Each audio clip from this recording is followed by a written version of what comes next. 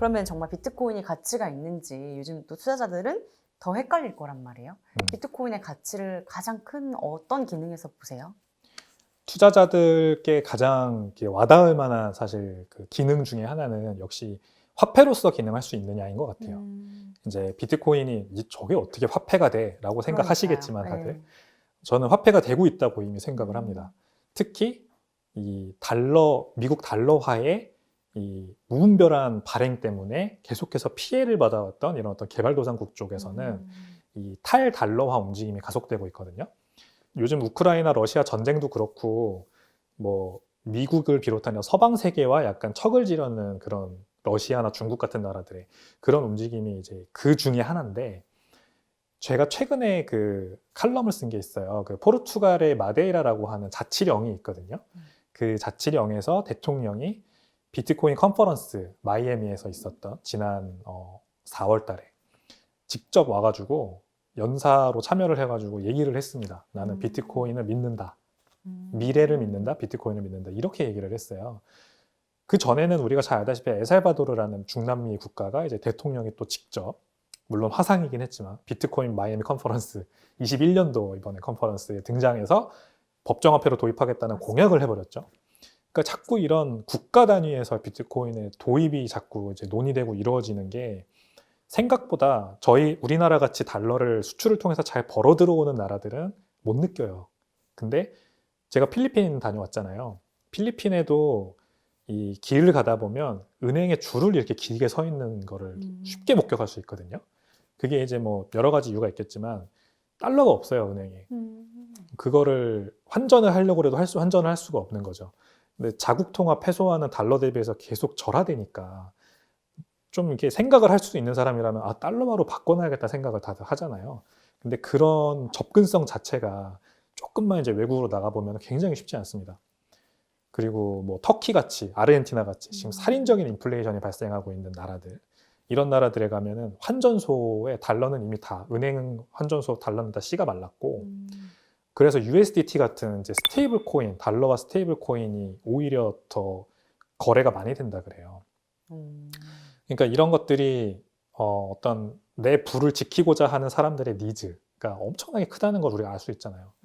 근데 물론 달러화가 접근성이 떨어진다는 건 제가 지금 이제 여러 케이스를 말씀드렸지만, 그러면 뭐가 대체될 수 있느냐, 대체할 수 있느냐? 비트코인이라고 저는 생각을 합니다.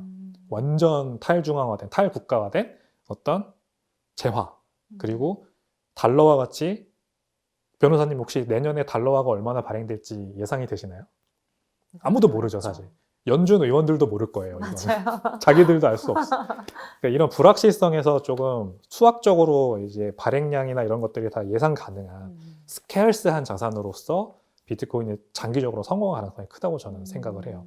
그래서 달러화를 대체화하면서 점점 이 비트코인의 수요, 시가총액도 같이 커질 거라고 저는 생각을 하고, 그게 결국 가격 상승으로 이어지는 것이죠. 그러면 실제로 비트코인이 생활에서 좀 사용되는 그런 빈도가 높아지고 있나요? 유지 케이스가 좀 늘어나고 있는지.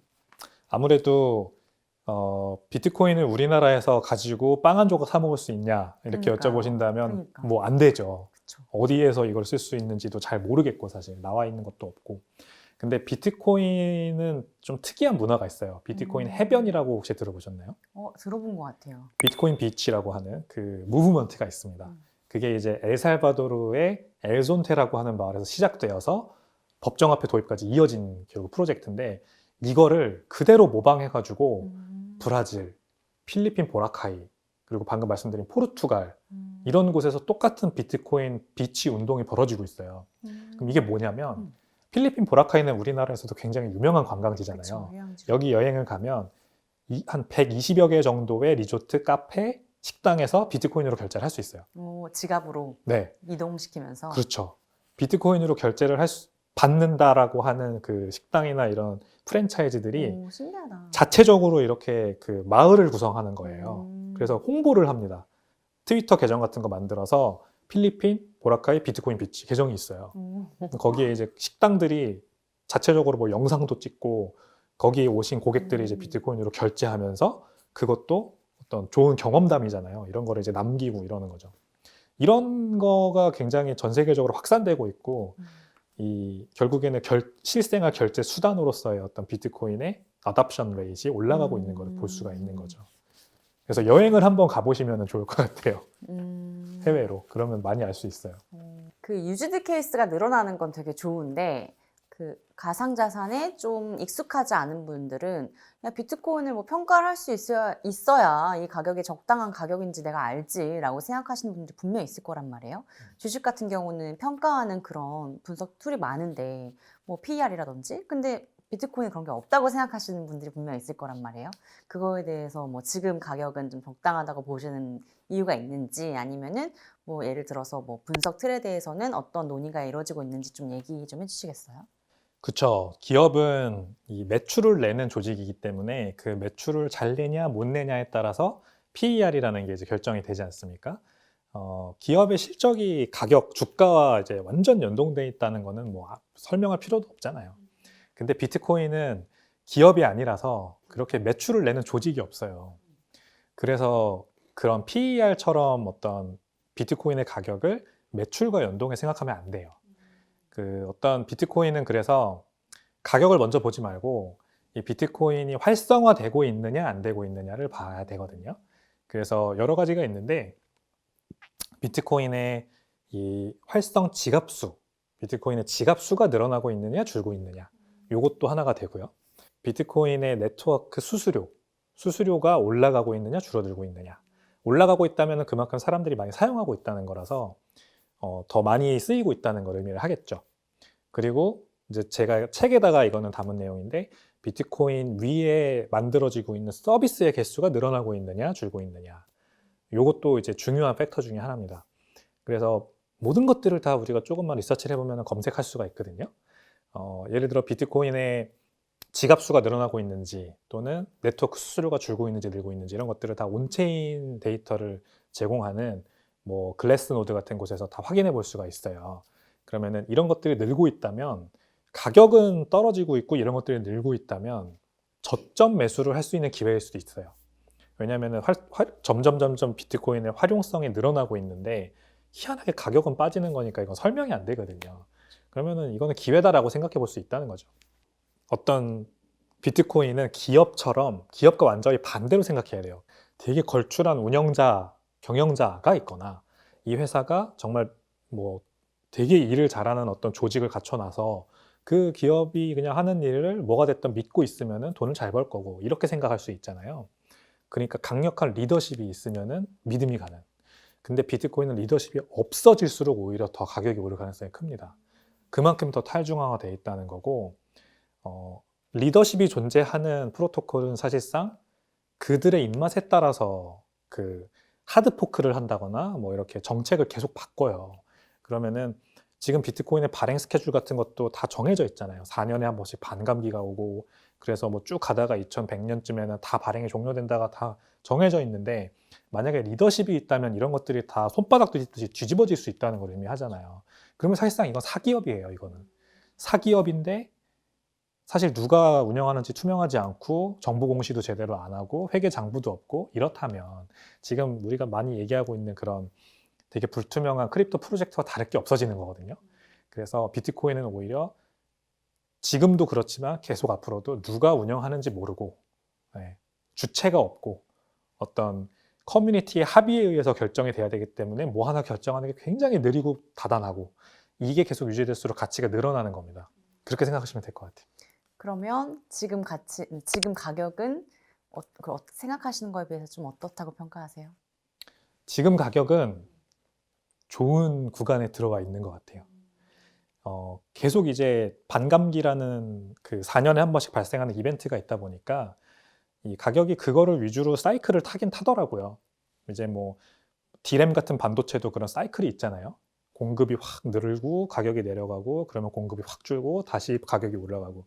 근데 이제 비트코인은 그런 거라기보다는 4년 반감기라고 하는 계속 발행량이 줄어드는 그런 이벤트가 있다 보니까 기대감이 확 올랐다가 그래서 가격이 확 올랐다가 슬슬 이제 여기서 익절치고 나가는 사람들이 나타나면은 빠지고 가격이 그러면은 캐피출레이션이라고 하죠 영어로. 여기에서 실망해서 실망 매물이 막 나오면서 확 떨어지고 그렇게 착 지지부진하다가 다시 그 축적을 하는 사람들이 생겨나가지고 반감기가 가까울수록 그렇게 이제 사이클을 타는데 지금은 이번 사이클에 이제 후반부로 가고 있거든요.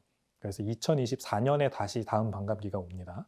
우리가 2023년에 지금 방송을 하고 있으니까 뭐 얼마 안 남은 거죠. 4년 반감기 주기 중에 이제 3개 갔고 하나 남은 거라서 마지막에 와 있고 가격이 전고점 대비해서 70% 이상 떨어져 왔으니까 이제 다음 반감기를 준비하는 사실 시즌이고 그러면은 그 온체인 지표를 봐도 하나가 이제 눈에 띄는 게 있는데 1년 이상 비트코인을 보유한 사람들, 장기 투자자, 그 1년 이상 장기 홀더하고 있는 사람들의 수는 늘고 있어요.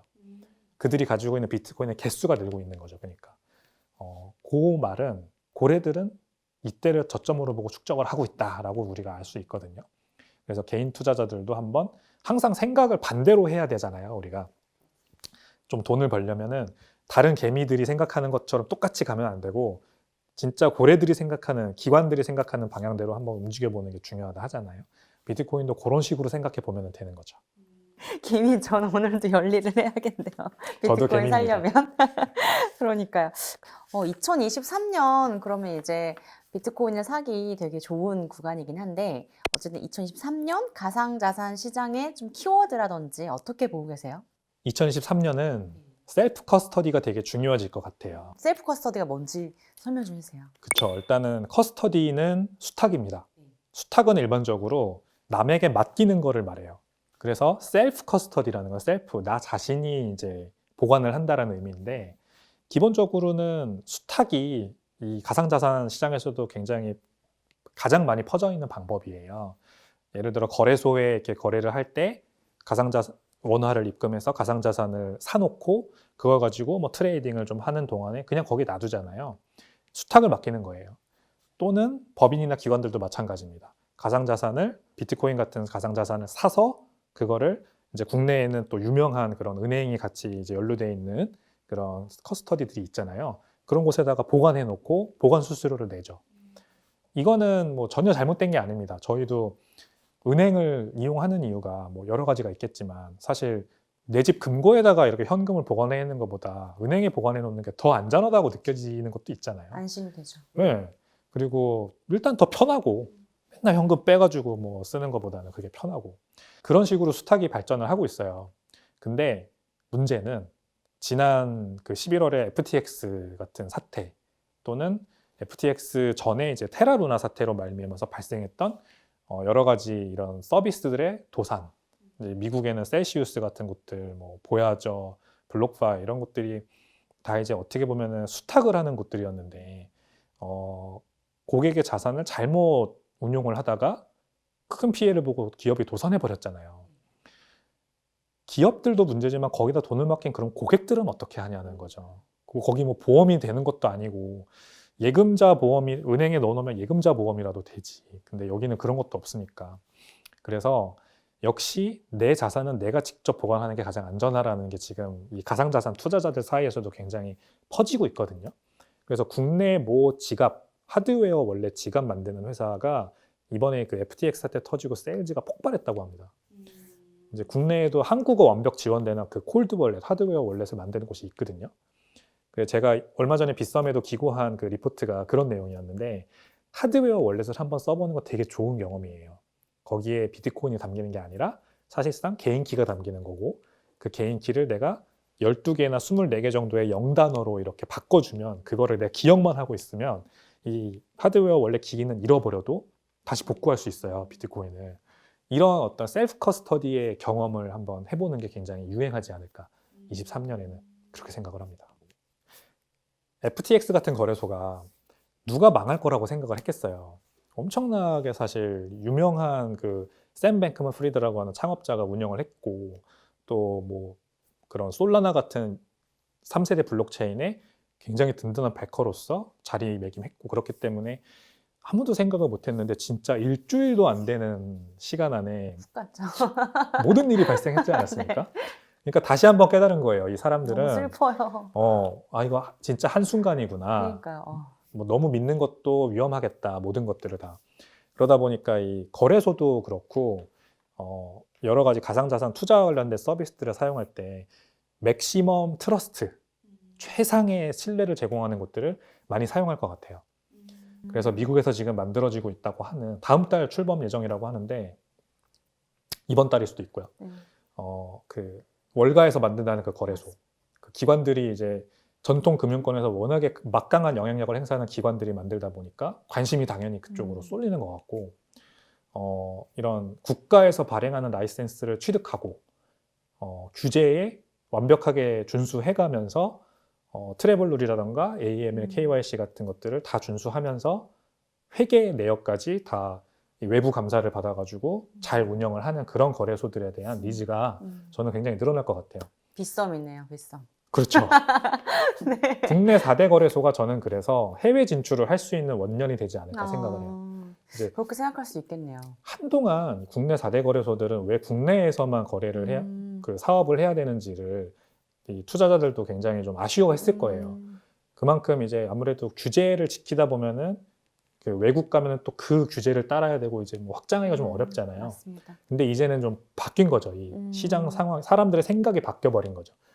나는 이 국가의 대한민국이라 그러면 그래도 뭐 어디 뭐 BVI나 뭐 이런 곳들과는 국가의 격이 다르잖아요. 그러니까 여기에서 발행한 이 바스프 라이센스를 딴 거래소가 해외 진출을 해서 거기에서도 뭐 현지 규제를 지켜가지고 국민들의 대상으로 서비스한다 하면 아무래도 신뢰가 더 가죠. 그러니까 이런 곳들이 사람들이 점점 더 수요가 늘어난다면 빗썸도 그렇고 국내 4대 거래소가 좀 해외 진출해볼 수 있지 않을까 생각을 합니다.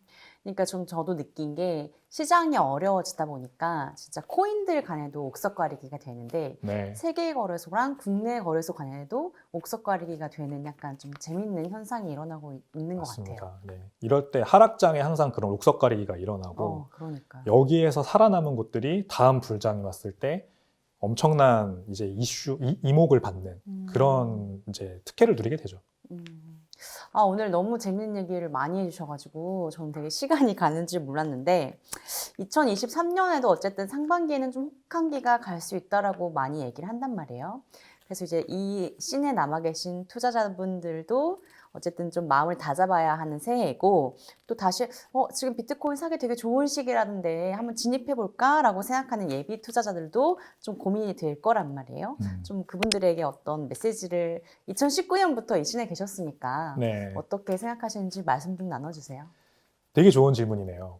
2023년은 이 어둡고 뭐 이렇게 불안하고 이런 좀 비관적인 전망만 난무하지 않을 거라고 저는 생각을 하고요. 비트코인이 굉장히 중요한 역할을 할 수 있을 것 같아요. 비트코인 및 가상자산이. 왜냐하면 이제 뭐 이런 디지털 전환이 굉장히 가속화되고 있는 지금 시점이거든요. 전 세계적으로 그렇습니다. 코로나가 그거를 앞당겼다. 뭐 이거는 이제 다들 많이 들어보셨을 거 아니에요. 근데 디지털 전환은 생각보다 훨씬 더 많이 지금 사회 곳곳에서 벌어지고 있어요. 돈도 디지털화 될 수밖에 없어요. 저는 그렇게 생각해요. 돈이던 뭐 어떤 투자와 관련된 그 모든 것들이 이 지역적으로 묶여있던 어떤 굉장히 좀 전통 금융산업이라는 어떤 그 테두리 안에 갇혀있던 것들이 인터넷과 만나면서 점점 풀려나가는 현상. 그걸 이제 분산화, 탈중앙화 또는 개인화라고 생각을 합니다. 이 개인화, 맞춤화, 어떤 탈중앙화 트렌드는 거스를 수가 없어요. 2023년에도 이게 더 가속화될 것 같고 다음 그러면은 글로벌 경제 성장을 이끌 그 무언가 신기술은 뭐냐 다 나와 있지만 이미 그런 것들 중에 하나가 저는 탈중앙화된 그 화폐, 즉 가상자산이라고 생각을 해요. 그러니까 수요가 점점 늘 거예요. 그리고 그 안에서 옥석 가리기가 분명히 있겠지만 제가 이제 좋아하는 비트코인 같은 것들은 분명히 굉장히 큰 역할을 차지할 것 같습니다. 국가적인 어댑션, 도입이 일어나고 인터넷의 한 축으로서 그 위에 킬러 앱들이 나오고 그러면서 점점 우리의 생활을 더 풍요롭고 편하게 해줄 거다. 그게 2023년에도 가속화될 거다. 그러니까 공부를 하자, 우리. 빗썸 경제연구소 유튜브를 보고 또 보고서를 보고 맞습니다. 비트코인이 뭔지 어떻게 투자를 해야 하는지 좀 공부하고 대비를 해놓자. 2023년은 좀 그렇게 다들 보내셨으면 좋겠습니다. 좀 더 장기적인 관점으로 맞습니다. 투자를 좀 하면 더 좋을 것 같습니다. 2023년에는 불이 좀 빨간 불이 떴으면 하는 바람에서 제가 오늘 새빨간 옷을 입고 왔는데요. 그래서 너무 과한가요? 너무 아름다웠습니다. 죄송합니다, 여러분. 새해에도 어쨌든 우리 모두 좀 성투, 행복하게 투자하기를 바라면서 오늘 나와주셔서 너무 감사합니다. 네. 그럼 여러분 다음에 우리 또 만나요. 새해 복 많이 받으세요. 새해 복 많이 받으세요. 크립토 인싸. 인싸!